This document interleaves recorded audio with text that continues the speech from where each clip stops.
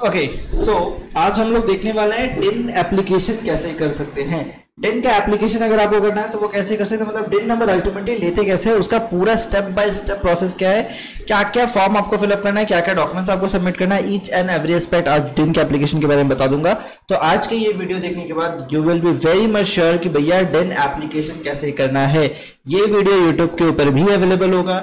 This video will be part of our course, जिसमें हम लोग कंपनी लॉ के पूरे कोर्सेज वगैरह बनाए हुए, प्राइवेट लिमिटेड कंपनी की कंप्लायंसेस क्या होंगे, कैसे फाइलिंग करना होता है, क्या डॉक्यूमेंट पढ़ना होता है, मतलब फ्रॉम बॉटम टू टॉप। मतलब आपको कुछ नहीं आता है वहां से स्टार्ट होगा कि बीआर कैसे बनाना है, बोर्ड मीटिंग का ये सब कैसे बनाता है, रेजोल्यूशन वगैरह कैसे बनाना है, आपको मिनट्स वगैरह कैसे बनाना है, वो सब कुछ से लेकर आपको सब कुछ आता है वहां तक लेके जाना है। ठीक है, तो उस कोर्स के अंदर बहुत डिटेलिंग वगैरह है। उसका एक छोटा सा पार्ट, जस्ट एक वीडियो में आज आपके साथ शेयर करने वाला हूं। ठीक है, तो सबसे पहले हम लोग पढ़ते हैं law, right. As usual law में क्या बोला जाता है कि भैया डिन एप्लीकेशन अगर आपको करना है तो कुछ कुछ चीज आपको देखना पड़ेगा। विदाउट डिन क्या कोई इंसान डायरेक्टर बन सकता है? Answer is no. बिना डायरेक्टर आइडेंटिफिकेशन नंबर, इसका फुल फॉर्म क्या होता है? Director identification number. बिना डिन नंबर के कोई इंसान भी डायरेक्टर नहीं बन सकता है। अगर मान लो वो एलएलपी में होगा तो उसको बोलते हैं डीपी नंबर। ठीक है, designated partner identification number, DPI number बोलते हैं। मतलब डीपी का मतलब होता है डेजिग्नेटेड पार्टनर आइडेंटिफिकेशन नंबर और डिन का मतलब क्या होता है? Director identification number. अल्टीमेटली दोनों नंबर सेम होता है। आप अगर एक मतलब डायरेक्टर भी हो और आप डेजिग्नेटेड पार्टनर भी हो, मतलब ए कंपनी में आप डायरेक्टर हो, बी कंपनी में आप पार्टनर हो, ठीक है, तो दोनों जगह आपका सेम डिन नंबर ही यूज होगा। ऐसा नहीं है कि डिन अलग बनेगा, डिन नंबर अलग बनेगा, ऐसा कुछ नहीं है। एक ही डिन होता है या डिन होता है, वही आपका इंटरचेंजेबल होता है। जहां भी यूज करना है आप कर सकते हो। ठीक है, नाउ सर डिन एप्लीकेशन करने का पुराना प्रोसेस होता था जिसमें आपको सर्टिफिकेशन प्रोफेशनल करता था। अभी के टाइम पे सर्टिफिकेशन कंपनी का कोई एक एग्जिस्टिंग ऑथोराइज पर्सन करेगा। अभी ये होता क्या क्या है, कैसे करना होता है? सबसे पहले एक फॉर्म आता है जिसको हम लोग बोलते हैं DIR3। ठीक है, डायरेक्टर का फॉर्म है इसलिए DIR से स्टार्ट है। DIR3 बोल के ये एक फॉर्म आता है, एकदम सिंपल सा फॉर्म है। इस फॉर्म को फिलअप करना होता है। एट प्रेजेंट जो DIR3 का स्ट्रक्चर है ना, इसमें आपको डिन नंबर ऑटोमेटिक अलॉट हो जाता है। ऑटोमेटिक अलॉट हो जाता है मतलब ये अभी आपका STP मोड में कर दिया गया है। मतलब अभी आप फॉर्म सबमिट करोगे विद इन आवर या एक दिन के अंदर, विद इन 24 आवर आपको डिन नंबर मिल जाता है, डिन अलॉट हो जाता है। ठीक है, और यही डिन आपका लाइफ लॉन्ग चलेगा। एक बार आपको डिन नंबर मिल गया तो आपको अपना DIR3 KYC हमेशा करना पड़ेगा। मतलब हर साल सितंबर से पहले, 30 सितंबर से पहले आपको अपना डिन एप्लीकेशन डिन का KYC करना होगा। वो मैं बता दूंगा अलग वीडियो में। ठीक है, तो first of all first point क्या था सर? हमको डिन नंबर लेना होगा तभी हम डायरेक्टर बन सकते हैं। सेकंड पॉइंट है कि सर डिन नंबर कैसे लेना होगा? आपकी KYC डॉक्यूमेंट होने चाहिए। KYC मतलब आपके पास एक आधार होना चाहिए। आधार नहीं है सर, वोटर आईडी तो होगा। हाँ सर वो है, वो चलेगा। ठीक है, अगर एक आपके पास वो भी नहीं है तो बॉस आपके पास कम से कम ये क्या बोलते हैं, ड्राइविंग लाइसेंस DL, वो तो होगा, कुछ तो होगा प्रूफ। सर वो भी नहीं है तो भाई देश में क्या कर रहे हो तुम?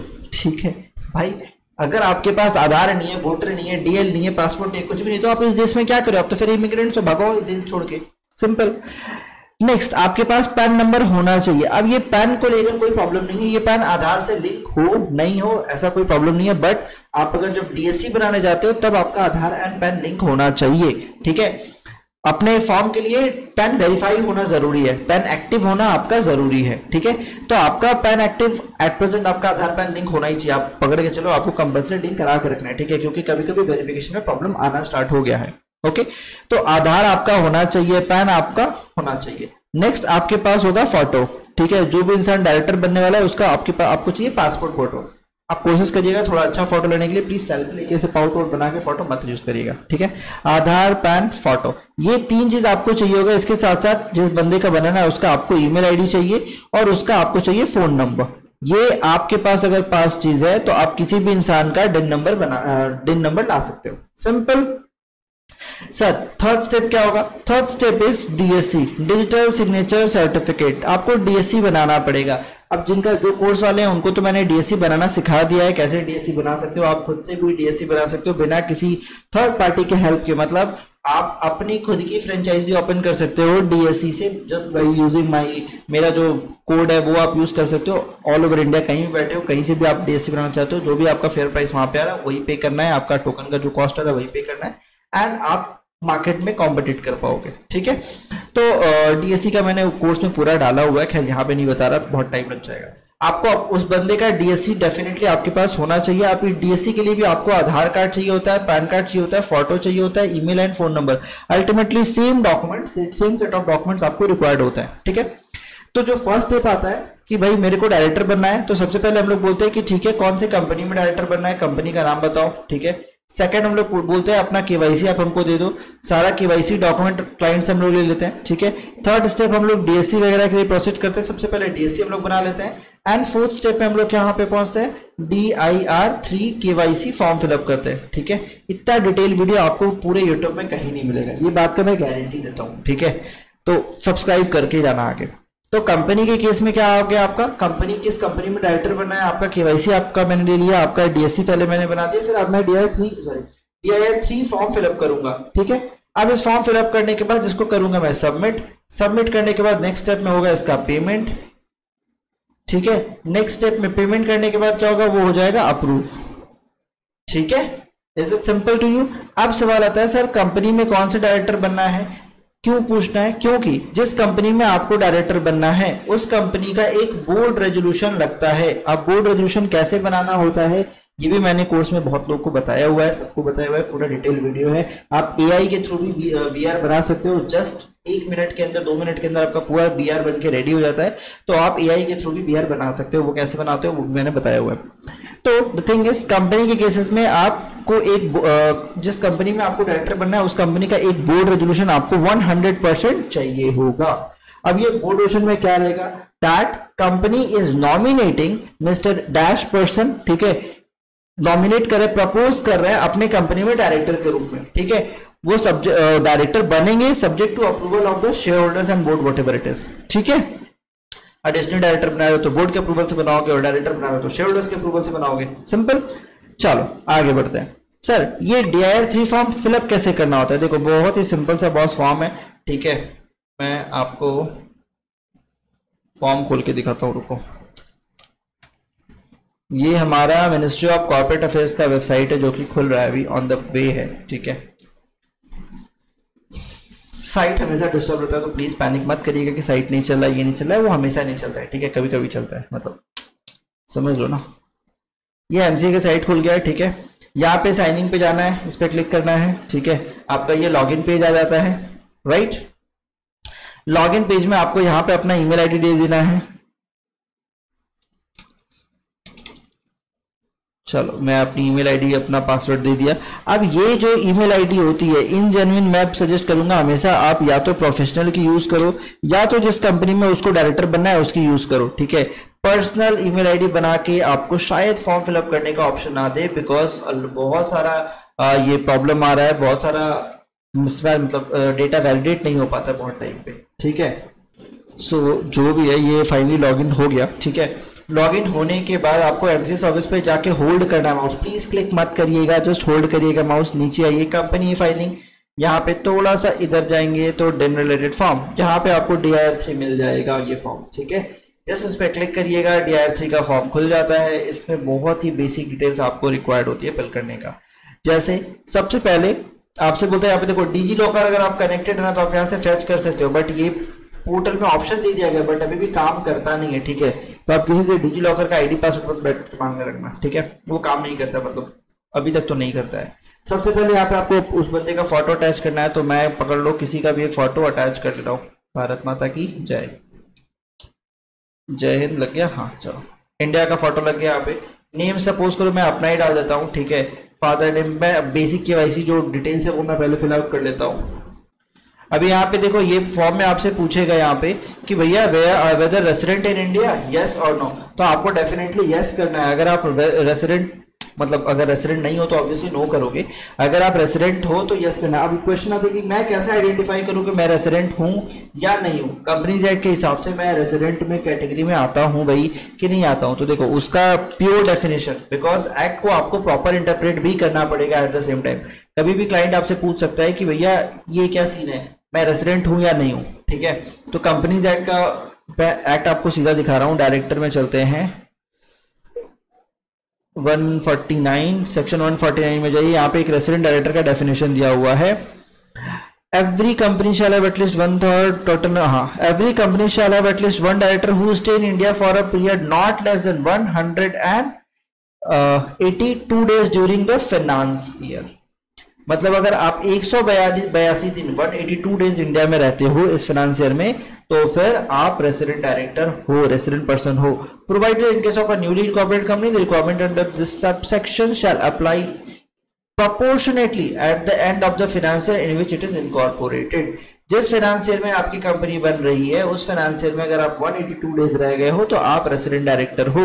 ठीक है, तो यहाँ पे अगर आप 6 महीने से ज्यादा इंडिया में रहते हैं, आपका जो भी क्लाइंट है वो 6 महीने से ज्यादा इंडिया में रहता है, तो यहाँ पे आपको यस करना होगा, अदरवाइज वो नो में जाएगा. ठीक है, अब ये वाला चीज को लेकर अगर आपको क्लैरिटी नहीं है तो आप उस बंदे का पासपोर्ट मांग सकते हैं कि भैया आप पासपोर्ट दो और मेरे को कंफर्म करो कि वो रेसिडेंट है कि नहीं है. ठीक है, क्लियर. अब उसका ऑक्यूपेशन सेल्फ ऑक्यूपाइड है, सेल्फ एम्प्लॉयमेंट है, प्रोफेशनल है, होम मेकर है, स्टूडेंट है, सर्विसमैन है.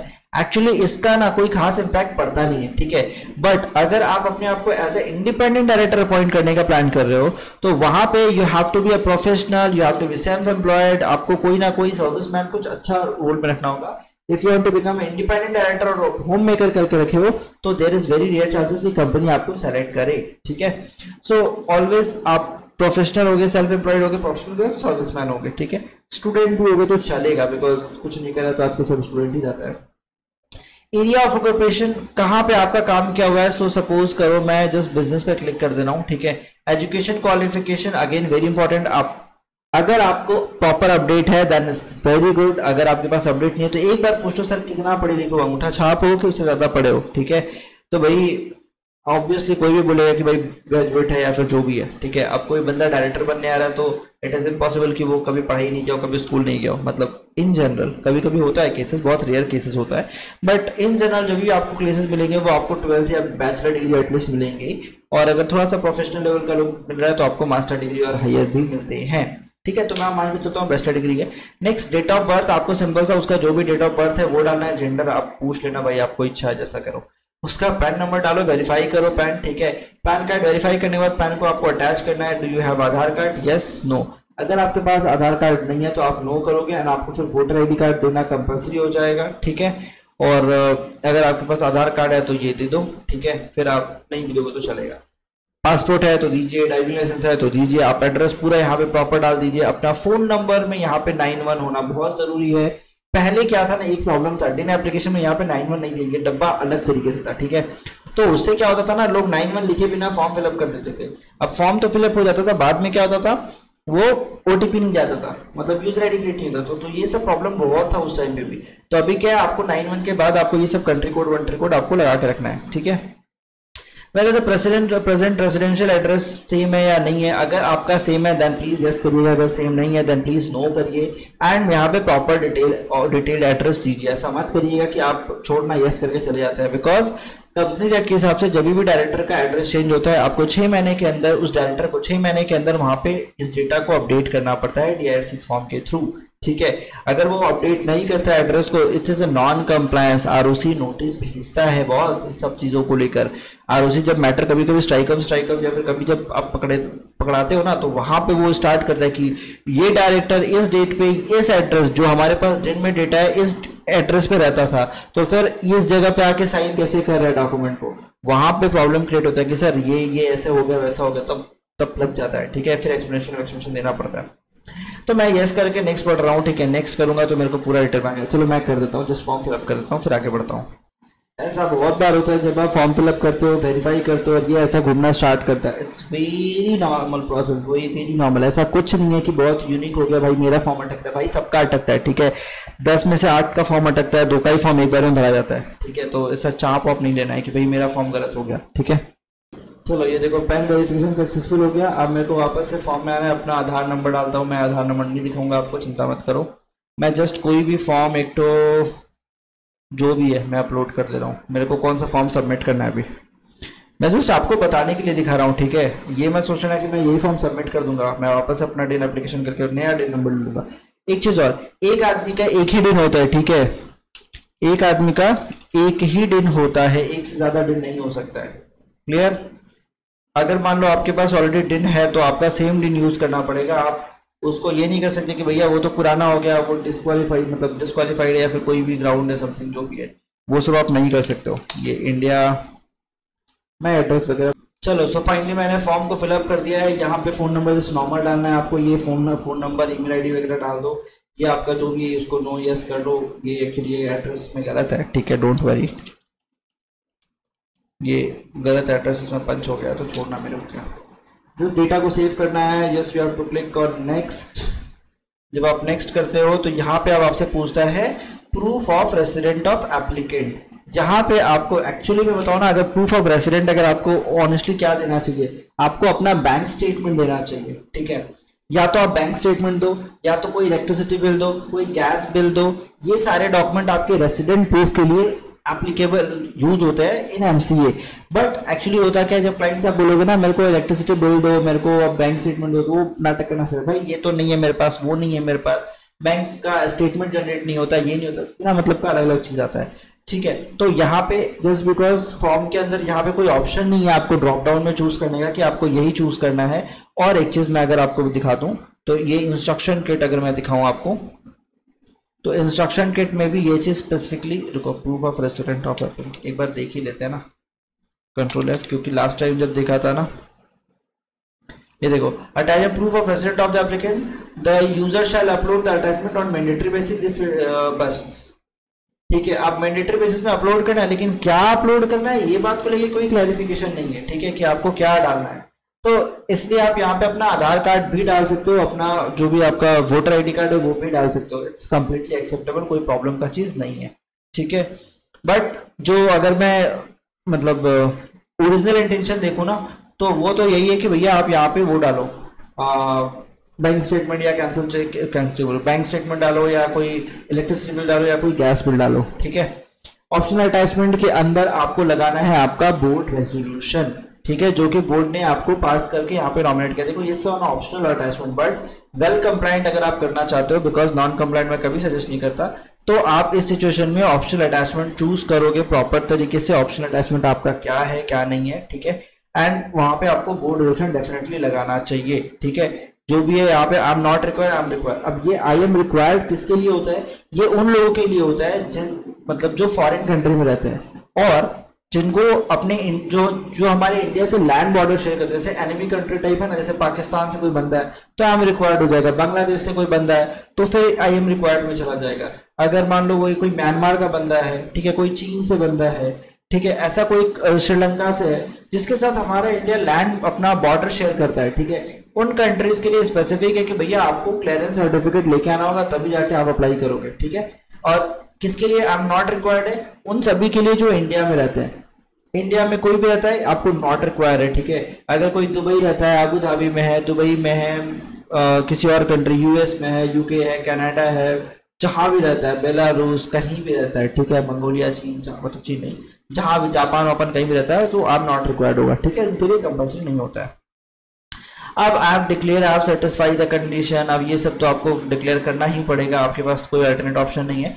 To be digitally sign by कौन कर रहा है भाई, director, company secretary, manager, CEO, CFO, ये इतने सारे डेजिग्नेशन के लोग हैं जो लोग अलाउ कर सकते हैं, जो लोग फॉर्म को साइन कर सकते हैं। अब मान लो अगर मैं कंपनी सेक्रेटरी, लाइक मैं खुद कंपनी सेक्रेटरी हूँ, तो अगर मैं कंपनी सेक्रेटरी कर रहा हूँ, ठीक है, तो ये कौन कंपनी सेक्रेटरी, ये प्रैक्टिसिंग कंपनी सेक्रेटरी नहीं होता है।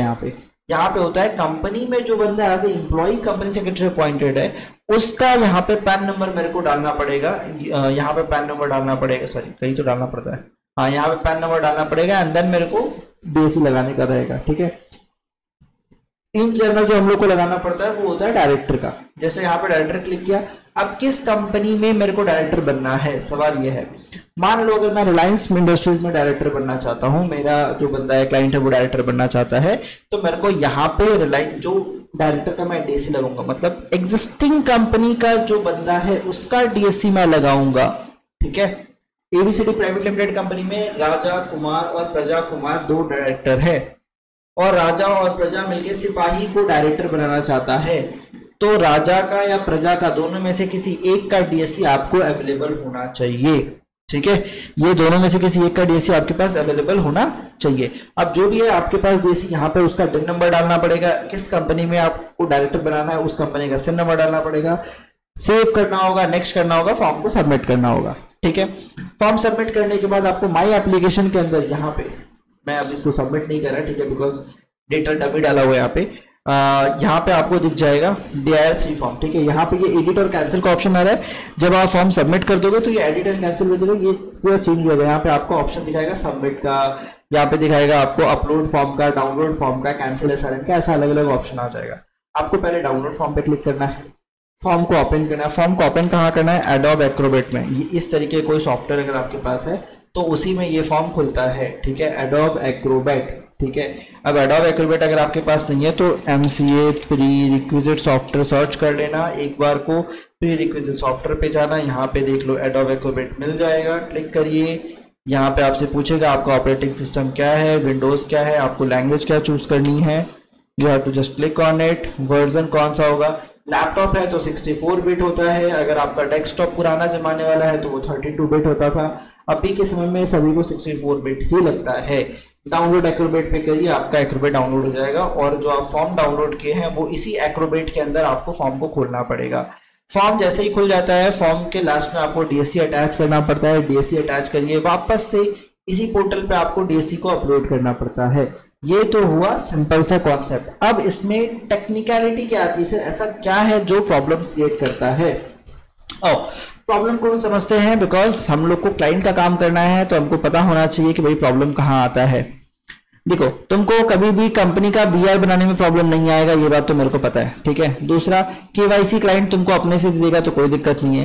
तीसरा, तुमको फॉर्म फिलअप करने में अब तो कोई प्रॉब्लम नहीं आएगा। फॉर्म मतलब आपका DIR3, ये फॉर्म फिलअप करने में आपको अब तो कोई प्रॉब्लम नहीं आएगा, क्योंकि मैंने एक एक पॉइंट बहुत डिटेल में बताया। ठीक है, fourth point is and very important point, जो कि अब आपका DSC है। ठीक है, जो आप DSC लगा रहे हो, इसमें आपको कोई DSC लगाने में कोई प्रॉब्लम नहीं आता है। इस DSC का वेरिफिकेशन में प्रॉब्लम आएगा। मतलब आप जो फॉर्म को अपलोड करोगे ना, बोलेगा DSC वेरिफिकेशन फील्ड।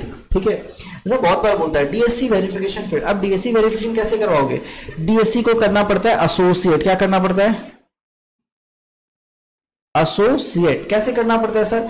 DSC को एसोसिएट करने के लिए मैंने आपको फर्स्ट क्लास के अंदर बताया था, MCA V3 की यूजर ID क्रिएट करनी पड़ेगी। ठीक है, जिसका DSC एसोसिएटेड नहीं है उसका दिखाएगा वेरिफिकेशन फील्ड।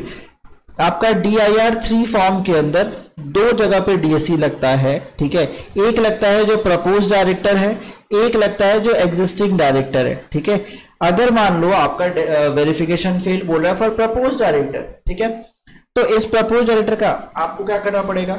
एक MCA V3 पे यूजर ID बनाना पड़ेगा। यूजर ID कैसे बनाओगे? ऑफिसर इन डिफॉल्ट करके आप यूजर ID क्रिएट करोगे, जिसमें आप डायरेक्टर का नाम, एड्रेस, पैन नंबर, सब कुछ detail, email ID, phone number डाल के वेरिफिकेशन करके DSC एसोसिएट करोगे। ठीक है, अगर मान लो बोल देता है कि एग्जिस्टिंग डायरेक्टर का डिन वेरिफिकेशन फेल है, तो एग्जिस्टिंग डायरेक्टर का user ID MCA V3 ID में क्रिएट करोगे। कैसे क्रिएट करोगे सर? क्रिएट करने का सिंपल सा वही सेम तरीका होता है, बस यहाँ पे आपको डिन नंबर चूज करना है, मतलब एज अ डायरेक्टर, मतलब as a director user ID create करना होगा। और क्रिएट करने के बाद DSC एसोसिएट करिए, फॉर्म सबमिट करिए। फॉर्म सबमिट करने के 24 घंटे के अंदर, मतलब अभी तो शायद 1-2 घंटे के अंदर ही आपका ये डिन नंबर आ जाता है। ठीक है, जैसे ही डिन नंबर आ गया, अब आप नेक्स्ट प्रोसेस के लिए रेडी है। आप डायरेक्टर बनाना चाहे बना सकते हैं, जो करना चाहे आप कर सकते हैं।